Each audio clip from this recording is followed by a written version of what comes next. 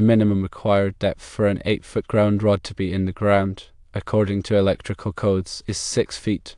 This requirement ensures that the ground rod makes adequate contact with the earth to provide a low impedance path for fault current. A ground rod serves as a crucial component in an electrical grounding system, protecting against electrical shock and equipment damage. The grounding system diverts stray voltage to the earth, which helps stabilize voltage to earth during normal operation. Firstly, let's look at the purpose of a ground rod. Ground rods are used as part of an electrical grounding system, the goal being to provide a path for electrical current to safely dissipate into the earth in the event of a fault. This prevents dangerous voltage built up on metal parts of electrical equipment and reduces the risk of electrical shock. Secondly, the 6-foot minimum depth requirement is specified in the National Electrical Code, or NEC, which is a widely adopted standard for safe electrical installations. Local codes may also apply, so it is always essential to check with local regulations to make sure you meet local amendments and interpretations. Thirdly, proper installation is key. Driving the ground rod vertically into the earth is the most common practice.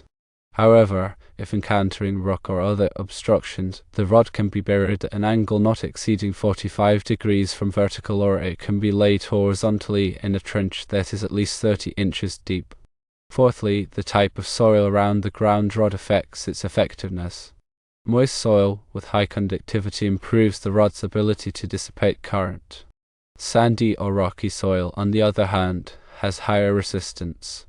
In areas with poor soil conditions, it might be necessary to use multiple ground rods, spaced at least 6 feet apart, to achieve the desired grounding resistance. Fifthly, the material and size of the ground rod are also important.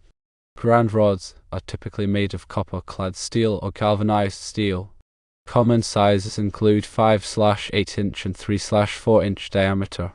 The NEC specifies minimum size requirements for ground rods depending on the electrode material.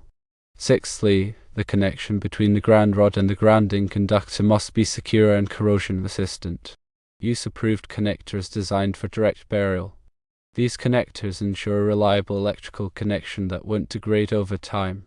The grounding conductor, which is usually a copper wire, connects the ground rod to the electrical panel or equipment being grounded. Seventhly, regular inspection of the grounding system is recommended to ensure its continued effectiveness.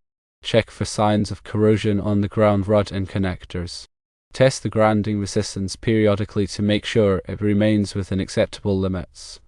High grounding resistance indicates a problem with the grounding system that needs to be addressed. Eighthly, when installing a ground rod, it is crucial to follow all safety precautions. Wear appropriate personal protective equipment, including gloves and eye protection. Be aware of underground utilities before driving the rod into the ground. Call 811 before you dig to locate any buried lines. Ninthly, the NEC specifies the requirements for grounding electrode systems in Article 250.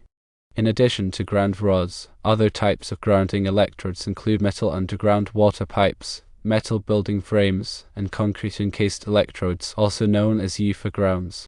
Tenthly, supplemental grounding electrodes are often required when a single ground rod does not provide adequate grounding resistance.